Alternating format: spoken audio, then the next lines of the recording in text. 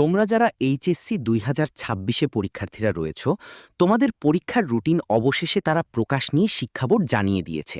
অর্থাৎ তোমাদের রুটিন নিয়ে কিন্তু শিক্ষা বোর্ড ইতিমধ্যে বলেছে যে তোমাদের এইচএসসি ২০২৬ পরীক্ষার রুটিন নিয়ে ঢাকা শিক্ষা বোর্ডের পরীক্ষা নিয়ন্ত্রক জানিয়েছেন যে গত ৩০শে মার্চে একটা শিক্ষা বোর্ডের সমন্বয়ে আন্তঃশিক্ষা বোর্ডের সমন্বয়ের মধ্যে ইতিমধ্যে তোমাদের পূর্ণাঙ্গ একটা রুটিন তৈরি করে তারা শিক্ষা মন্ত্রণালয়ে পাঠিয়েছিল।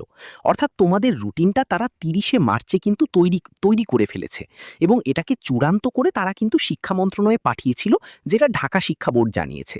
এবং সেই সাথে তারা আরও জানিয়েছে যে তোমাদের রুটিনটা চূড়ান্ত হলেও শিক্ষা মন্ত্রণালয় কিন্তু এই রুটিনটাকে চূড়ান্ত অনুমোদন করেনি।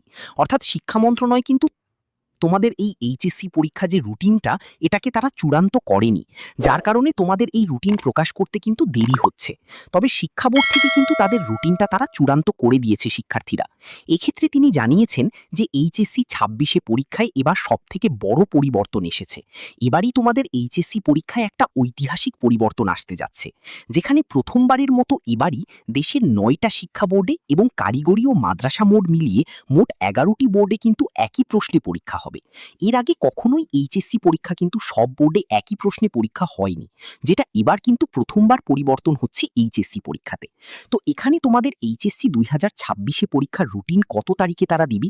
সংশ্লিষ্ট শিক্ষা বোর্ডের সূত্র থেকে তারা জানিয়েছে যে আগামী রবিবার ১৯শে এপ্রিলের মধ্যে তোমাদের রুটিন প্রকাশ করা হতে পারে।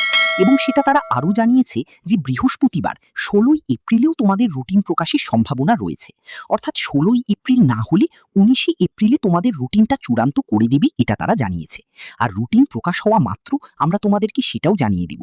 সেগুলো পেতে অবশ্যই আমাদের এডুকেশন টাইম ইউটিউব চ্যানেলকে সাবস্ক্রাইব করে রেখো, আর এই ভিডিওটা বেশি বেশি তোমার বন্ধুদের মধ্যে শেয়ার করে দাও, যাতে অন্যরা এই বিষয়টি জানতে পারে। দেখা হয় পরবর্তী ভিডিওতে, পরবর্তী আপডেটে।